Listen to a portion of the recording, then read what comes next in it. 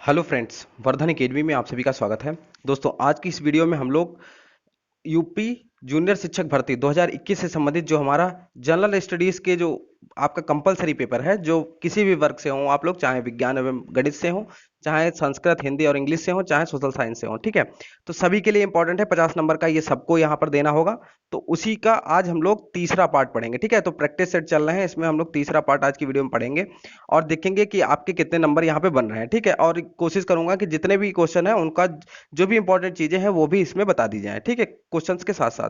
तो चलिए आज की वीडियो स्टार्ट करते हैं और देखते हैं कि आपके आज में कितने नंबर बन रहे हैं, ठीक है। तो देखिए, पहला क्वेश्चन है, आपदा प्रबंधन में उनके योगदान के लिए किस संस्था को सुभाष चंद्र बोस आपदा प्रबंधन पुरस्कार 2021 प्रदान किया गया है। ये क्वेश्चन जो पहला प्रैक्टिस सेट था उसमें भी था, लेकिन उसमें थोड़ा सा अलग तरीके से था, ठीक है।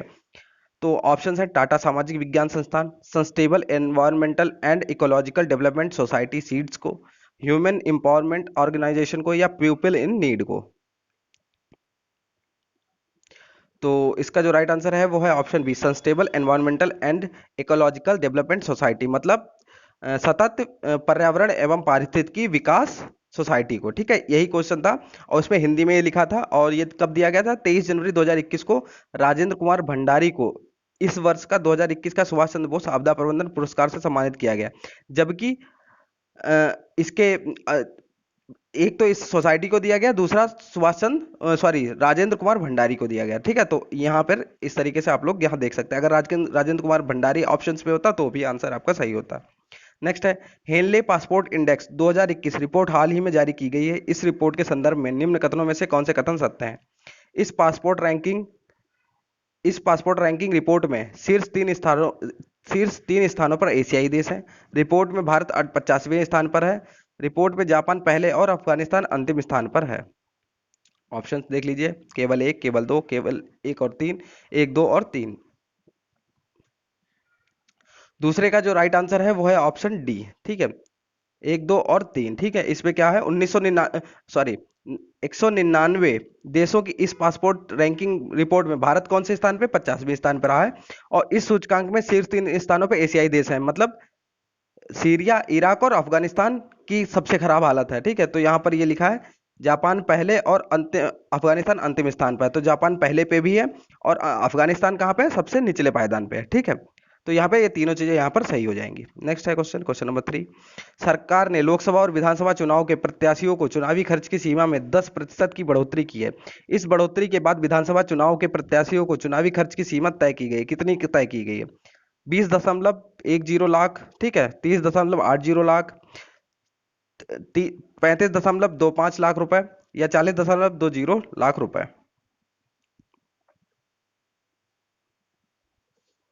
ठीक है, तो तीसरे का जो राइट आंसर है वो है आपका ऑप्शन बी, ठीक है, 30,80,000 रुपए खर्च कर सकते हैं, 30,80,000 रुपए। नेक्स्ट क्वेश्चन है,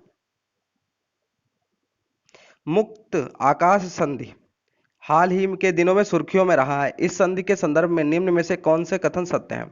यह संधि अमेरिका और रूस सहित 35 देशों के बीच हवाई निगरानी से संबंधित है। दूसरा है, रूस और अमेरिका इस संधि से अलग हो गया है। तीसरा है, इस संधि में नाटो के सदस्य देश भी शामिल है, ठीक है। ऑप्शंस आप लोगों को ये देख लीजिए, केवल एक, दो और तीन, एक और तीन, एक, दो, तीन, देख लीजिए इसमें से। ठीक है, तो इसका जो राइट आंसर है वो है आपका एक, दो और तीन, ठीक है, तीनों सही है। यह संधि अमेरिका और रूस सहित 35 देशों के बीच हवाई निगरानी से संबंधित है। रूस और अमेरिका इस संधि से अलग हो गया है अब, ठीक है। 35 देश थे, उसमें से ये दोनों देश अलग हो गए। इस संधि में नाटो के सदस्य देश भी शामिल है। नेक्स्ट है, जनवरी 2021 में आयोजित 70वें स्कॉच चैलेंजर चैलेंजर अवार्ड में किस संगठन को ई गवर्नेंस में सर्वश्रेष्ठ प्रदर्शन प्राप्त हुआ है। दक्षिण रेलवे, आयकर विभाग, जनजातीय मामलों का मंत्रालय, या पोर्ट जहाजरानी और जहाज मंत्रालय। तो इसका जो राइट आंसर है वो है आपका ऑप्शन सी, जनजातीय मामलों का मंत्रालय, ठीक है। जनजातीय मामलों का मंत्रालय को इस बार स्कॉच चैलेंजर अवार्ड सम्मानित किया गया। Social entrepreneurship of the year India 2020 award से सम्मानित किए गए कौन। अशरफ पटेल, राकेश जी शरण, पृथ्वी शाह, या निकुंज बिहारी।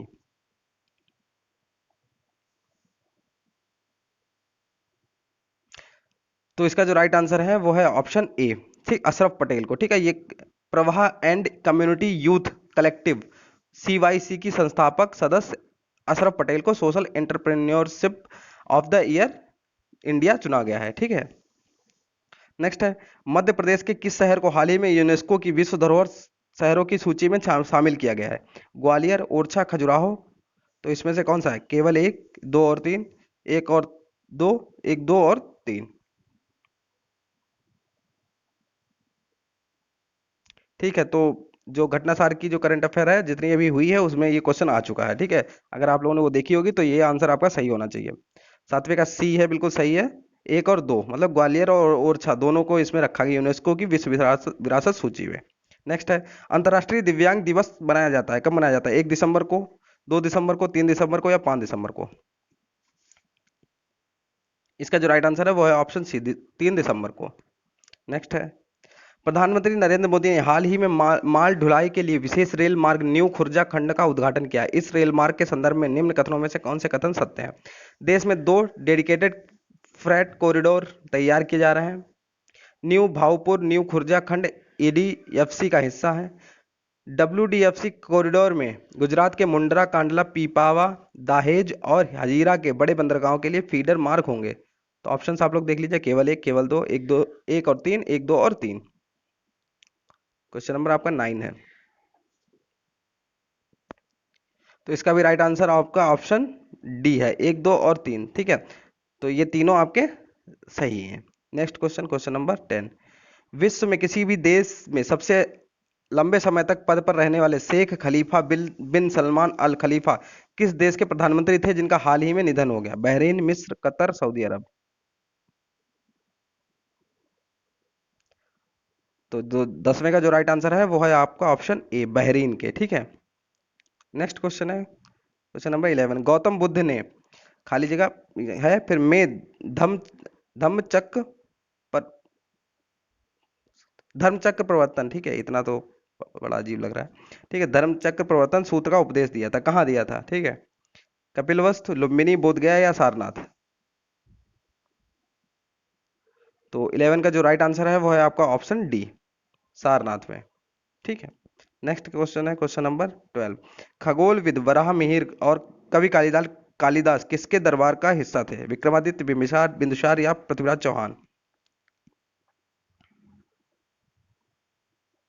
इसका जो राइट आंसर है वो है ऑप्शन ए, विक्रमादित्य के, ठीक है। कल चंद्रगुप्त द्वितीय, चंद्रगुप्त द्वितीय कह लीजिए या विक्रमादित्य कह लीजिए, ठीक है, किस शासनकाल के थे? नेक्स्ट क्वेश्चन है, लौह और रक्त की नीति किसने अपनाई थी? बलबन, अलाउद्दीन खिलजी, मोहम्मद बिन तुगलक या बाबर। ठीक है, ये कॉमन क्वेश्चन है, बहुत बार परीक्षाओं में पूछा भी गया। तो इसका जो राइट आंसर है वो है आपका ऑप्शन ए, बलबन। लौह और रक्त की नीति किसने अपनाई थी? बलबन ने। Next question, question number 14। भक्ति आंदोलन को उत्तर भारत में लाने का श्रेय इनमें से किसको जाता है? रामानुज, माधवाचार्य, रामानंद या रामदास को? तो इसका जो राइट आंसर है वो है आपका ऑप्शन सी, रामानंद को, ठीक है। भक्ति आंदोलन को उत्तर भारत में लाने का श्रेय रामानंद को जाता है। प्रसिद्ध विरूपाक्ष मंदिर कहाँ अवस्थित है? हम्पी, भद्राचलम, श्रीकलाहस्ती या तिरुपति।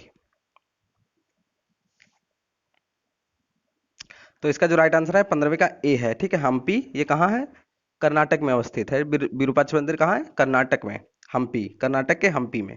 नेक्स्ट है, भारत में काजू का प्रथम परिचय किन लोगों ने कराया? डच, ब्रिटिश, फ्रांसीसी या पुर्तगाली।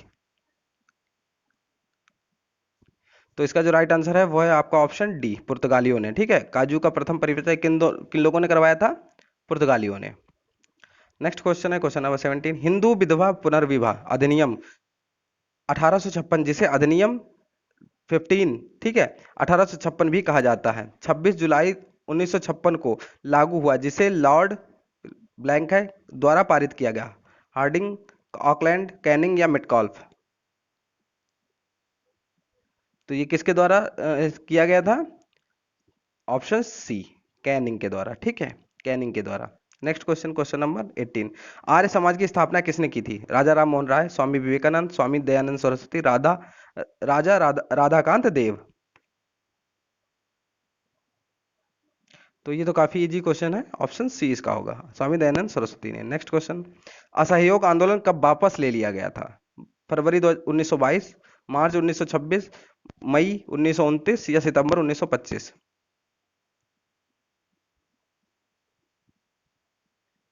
तो इसका जो राइट आंसर है आपका वो है ऑप्शन ए। ठीक है, फरवरी 1922 में। और क्यों ले लिया गया था? क्योंकि 5 फरवरी 1922 को चौरी चौरा में, जो गोरखपुर में स्थित है, में एक हिंसक घटना हुई थी, उसके कारण उन्होंने असहयोग आंदोलन वापस ले लिया था। ठीक है, नेक्स्ट है क्वेश्चन नंबर 20। हड़प्पा सभ्यता के एक हिस्से लोथल की खुदाई की खोज किसने की थी? दयाराम साहनी, राखलदास बनर्जी, एस आर राव या आर एस बिस्ट? ये भी थोड़ा सा कॉमन क्वेश्चन है।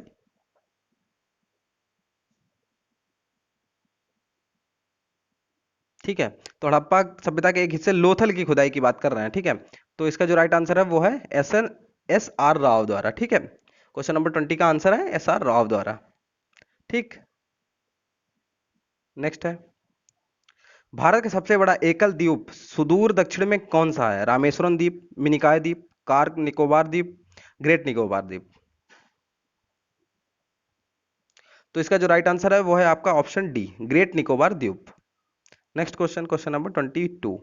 काराकोरम पर्वत श्रृंखला में सबसे ऊंची चोटी कौन सी है? नंदा देवी, माउंट केटू, नंगा पर्वत या माउंट एवरेस्ट?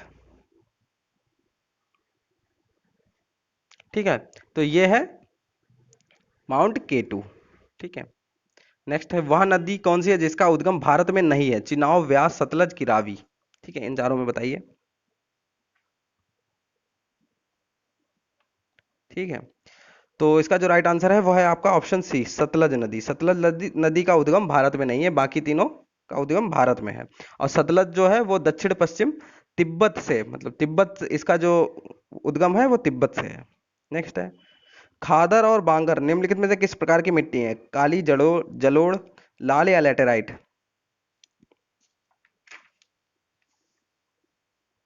तो इसका जो राइट आंसर है वो है आपका ऑप्शन बी। ठीक है, जलोढ़। ठीक है, नेक्स्ट है क्वेश्चन नंबर 25। निम्नलिखित में से कौन सा एक भारतीय कृषि की मुख्य विशेषता नहीं है? यह मानसून पर निर्भर है, कृषि पर जनसंख्या का दबाव है, यह निर्वाह कृषि है, इसमें औद्योगिक फसलों की प्रधानता है?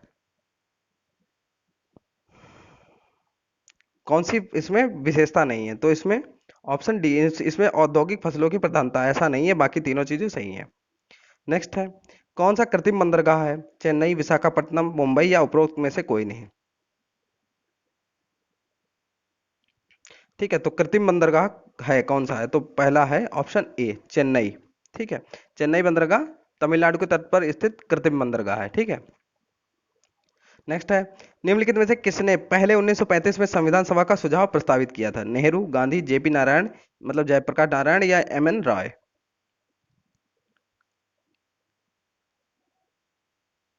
ठीक है, तो इसका जो राइट आंसर है वो है आपका ऑप्शन डी। ठीक है, एम एन रॉय। तो 1945 35 में संविधान सभा का सुझाव किसने प्रस्तावित किया था? एम एन रॉय ने। नेक्स्ट क्वेश्चन है, क्वेश्चन नंबर 28। अंतर्राष्ट्रीय शांति और सुरक्षा को बढ़ावा देने से संबंधित प्रावधान भारतीय संविधान के निम्नलिखित में से किसके एक भाग के रूप में उल्लिखित है? मौलिक अधिकार, राज्य के नीति निर्देशक तत्व, मौलिक कर्तव्य है राज्यों को?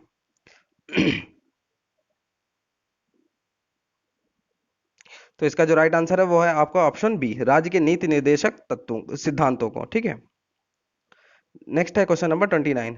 राज्यसभा के पदेन अध्यक्ष कौन होते हैं? कॉमन क्वेश्चन है, उम्मीद है आप सभी का ये सही होना चाहिए। राष्ट्रपति, उपराष्ट्रपति, प्रधानमंत्री या लोकसभा अध्यक्ष?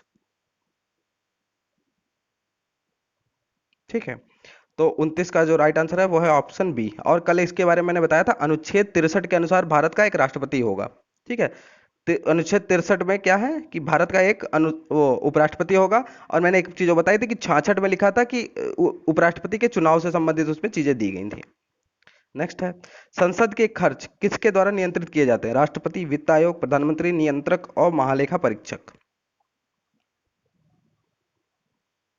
तो इसका जो राइट आंसर है वो है ऑप्शन डी, नियंत्रक और महालेखा परीक्षक। ठीक है, संसद के खर्च किसके द्वारा नियंत्रित किए जाते हैं? नियंत्रक और महालेखा परीक्षक के द्वारा। नेक्स्ट क्वेश्चन है क्वेश्चन नंबर 31। भारत में महिलाओं के लिए आरक्षण उपलब्ध है, किसमें उपलब्ध है? लोकसभा में, राज्य विधानसभाओं में, पंचायती राज निकायों में या उपयुक्त सभी स्थानों पर? तो ये इसका भी राइट आंसर है आपका ऑप्शन सी, पंचायती राज निकायों पे। ठीक है, पंचायती राज निकायों में महिलाओं के लिए आरक्षण उपलब्ध है पहले से ही। नेक्स्ट है, नीति आयोग के अध्यक्ष कौन है? राष्ट्रपति, आरबीआई गवर्नर, वित्त सचिव या प्रधानमंत्री? ठीक है, तो इसका जो राइट आंसर है वो है आपका ऑप्शन डी, प्रधानमंत्री। ठीक है, नीति आयोग का जो पदेन के आयोग के जो अध्यक्ष होते हैं वो कौन होते हैं?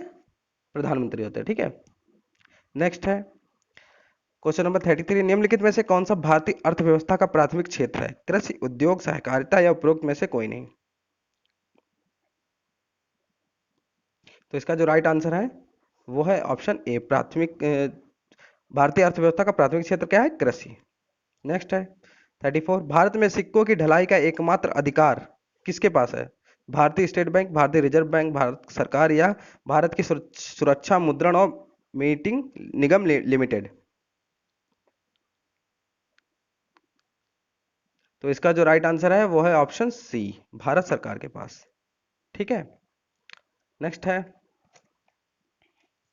क्वेश्चन नंबर 35, 2001 और 2011 की जनगणना के बीच भारत की जनसंख्या में कितने प्रतिशत की वृद्धि हुई है? 20.70%, 17.70%, 14.40% या 24.40%? तो इसका जो राइट आंसर है वो है आपका ऑप्शन 35 का बी। ठीक है, 17.70%, इतनी बढ़ोतरी हुई है 2001 से 2011 के बीच में। भारत में राष्ट्रीय आय की गणना निम्नलिखित में से किसके द्वारा की जाती है? योजना आयोग द्वारा, वित्त मंत्रालय द्वारा, केंद्रीय सांख्यिकी संगठन या रिजर्व बैंक ऑफ इंडिया के द्वारा? इसका राइट आंसर है ऑप्शन सी, केंद्रीय सांख्यिकी संगठन द्वारा। नेक्स्ट क्वेश्चन है, समुद्री जल का औसत खारापन होता है कितना होता है? 2.5%, 3.0%, 3.5% या 4%? इसका जो राइट आंसर है वो है आपका option C, 3.5%। Next question, question number 30 है, निम्नलिखित में से कौन सा बायोडिग्रेडेबल, ठीक है, जैव निम्न निम्नीकरणीय सामग्री नहीं है? कपास, जानवरों की हड्डियां, एल्यूमिनियम फॉइल या लकड़ी? ठीक है, तो 38वें का जो राइट आंसर है वो है आपका ऑप्शन सी, एल्यूमिनियम फॉइल। ये क्या है? जैव निम्नीकरणीय सामग्री नहीं है। ठीक है, नेक्स्ट क्वेश्चन है क्वेश्चन नंबर 39, निम्नलिखित में से क्या जलीय निकाय में होने वाले प्रदूषण में योगदान प्रदान नहीं करता? भारी धातु, ओजोन, माइक्रोप्लास्टिक्स या कीटनाशक? तो इसमें जो राइट आंसर है वो है आपका ऑप्शन बी, ओजोन।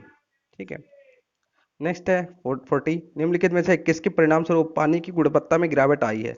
गंदे पानी का सही से निपटान न करना, वनों की कटाई, जल संसाधनों का गलत विवरण वितरण या अत्यधिक जनसंख्या? 40वें का राइट आंसर है ऑप्शन ए, गंदे पानी का सही से निपटान ना करना। नेक्स्ट क्वेश्चन है क्वेश्चन नंबर 41, पराध्वनिक गति का मापांकन किस इकाई से होता है? मैक, नॉट, रिक्टर या हर्ट्ज? ठीक है, तो 41 का ऑप्शन है आपका ए, मैक। ठीक है, पराध्वनिक गति का मापांकन किसमें किया जाता है? मैक संख्या द्वारा किया जाता है। और हर्ट्ज क्या है? हर्ट्ज क्या है? ये आवृत्ति का मात्रक है। नॉट क्या है? नॉट है चाल का मात्रक। चाल का मात्रक है जो एक समुद्री मील प्रति घंटा के बराबर होता है। और एक समुद्री मील में कितने किलोमीटर होते हैं? 1.852। ये क्वेश्चन भी अक्सर पूछा जाता है। ठीक है, और जो आपका बचा रिक्टर, वो तो पता ही है, भूकंप तीव्रता का पैमाना है। नेक्स्ट क्वेश्चन है, प्रकाश के पथ में एक फिर ब्लैंक है वस्तु के आने पर छाया का निर्माण होता है? पारदर्शी, पारभासी, प्रकाशमान या अपारदर्शी? तो इसका जो राइट आंसर है वो है आपका ऑप्शन डी, अपारदर्शी, अपारदर्शी। नेक्स्ट है क्वेश्चन नंबर 43, निम्नलिखित में से कौन एक रेडियोधर्मी तत्व नहीं है? यूरेनियम, रेडियम, थोरियम या कैडमियम? तो इसका जो राइट आंसर है वो है आपका ऑप्शन डी, कैडमियम। ठीक है, 43 का डी, कैडमियम। कुछ पदार्थ जैसे यूरेनियम, थोरियम, रेडियम स्वतः एक प्रकार की वेदी किरणें उत्सर्जित करते हैं। ऐसे पदार्थों को रेडियो एक्टिव पदार्थ कहते हैं, और पदार्थों का स्वतः वेदी किरणें उत्सर्जित करने का गुण रेडियो एक्टिविटी कहलाता है। ठीक है, नेक्स्ट क्वेश्चन है 44, पीतल मिश्रण किसका है? टीन प्लस तांबा, टीन प्लस जस्ता, टीन प्लस तांबा प्लस जस्ता या जस्ता प्लस तांबा?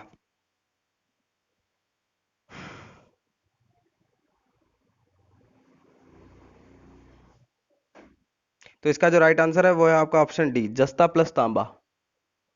ठीक है, जो पीतल होता है, पीतल, पीतल में क्या क्या चीजें होती हैं? पीतल में जस्ता और तांबा दोनों चीजें होती हैं। नेक्स्ट क्वेश्चन है, निम्नलिखित में से कौन सा रोग पुरुषों की तुलना में महिलाओं में बहुत कम होता है? निकट दृष्टि दोष, किडनी में पथरी, ब्रेन ट्यूमर या वर्णांधता, कलर ब्लाइंडनेस। ठीक है, तो इसमें से कौन सा है जो महिलाओं में बहुत कम होता है?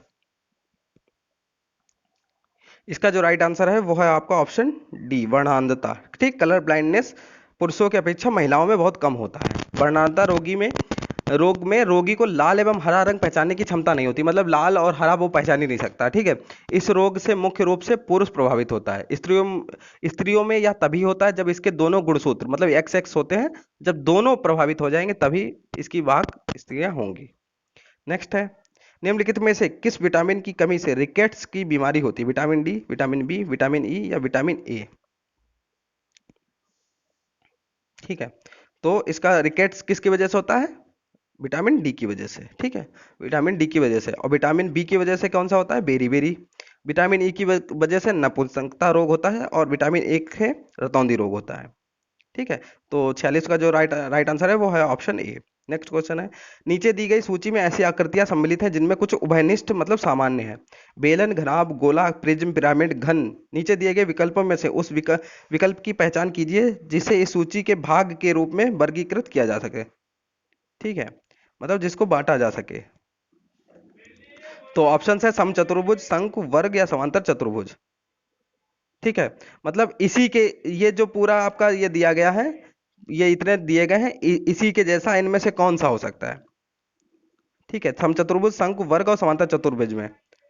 तो बहुत इजी है, थोड़ा सा भी दिमाग लगाइए, ये आंसर आपका सामने ही है। ठीक है, तो 47वें का जो राइट आंसर है वो है ऑप्शन बी, शंकु। क्योंकि देखिए ये सारे जितने भी हैं और साथ में शंकु, ये क्या है? 3D, मतलब 3 डायमेंशन, और बाकी 2 डायमेंशन है। ठीक है, 2D है। ठीक, तो शंकु इसमें होगा। नेक्स्ट है, किसी कुट भाषा में यदि ब्रेक्स को टी, ये मतलब ब्रेक्स को इस तरीके से लिखा जा सकता है और क्लच को इस तरीके से लिखा जा सकता है, तो व्हील्स को किस रूप में लिखा जाएगा? ठीक है, इसको थोड़ा सा मतलब पॉज करके इसमें थोड़ा सा दिमाग लगाइए, फिर इसके ऊपर जल्दी ही मैं कोशिश करूंगा कि आपकी जो 6 पार्ट हैं वो करवा दिए जाएं रीजनिंग के। 48 का जो राइट आंसर है वो है आपका ऑप्शन डी, TVNFHB। ठीक है, इसको सॉल्व करके देखिए। नेक्स्ट क्वेश्चन है, 19 जनवरी 2018 को शुक्रवार था, 19 जून 2019 को किस दिन पड़ेगा? 19 जून 2019 किस दिन पड़ेगा? ठीक है, रविवार, सोमवार, मंगलवार या बुधवार? तो इसका राइट आंसर है आपका ऑप्शन डी, बुधवार। नेक्स्ट क्वेश्चन, निम्नलिखित में से 4 कथन और उसके बाद 4 निष्कर्ष दिए गए, चिन्हित करें कि कौन से कथन सही है। ठीक है, तो यहाँ पे देखिए कथन और कारण आपके दिए गए हैं। पहले देखिए कथन देख लेते हैं। कथन क्या है? सभी कुत्ते बिल्लियां हैं, कुछ बिल्लियां बाघ हैं, सभी बाघ शेर हैं, या चौथा है कोई शेर गधा नहीं है। ठीक है, निष्कर्ष क्या है? कुछ बिल्लियां कुत्ते हैं, सभी शेर बाघ हैं, कुछ गधे बाघ हैं, या कोई बाघ गधा नहीं है। आपके 4 ऑप्शन है, इनको आप लोग देख लीजिए। ठीक है, तो इसका जो राइट आंसर है वो है आपका ऑप्शन डी। ठीक है, केवल निष्कर्ष ए और डी अनुसरण करते हैं। निष्कर्ष ए और डी मतलब कुछ बिल्लियां क्या है? कुत्ते हैं, और कोई बाघ गधा नहीं है। तो ये दोनों निष्कर्ष आपके अनुसरण करते हैं इसका। ठीक है, तो इस तरीके से आपके ये देखिए यहाँ पर 50 क्वेश्चन आपके कंप्लीट हो गए हैं। तो इस तरीके से आपका ये पार्ट 3 भी आपका SST का कंप्लीट हो गया है। और आप लोग कमेंट बॉक्स में ये जरूर बताइए कि आपके कितना स्कोर यहाँ पे बन रहा है। ठीक है, और कैसी वीडियो लगी ये भी, कोई भी अगर समस्या हो वो भी आप लोग कमेंट बॉक्स में पूछ सकते हैं। ठीक है, तो दोस्तों आज की वीडियो में सिर्फ इतना ही, मिलते हैं अपनी नेक्स्ट वीडियो में, तब तक के लिए नमस्कार।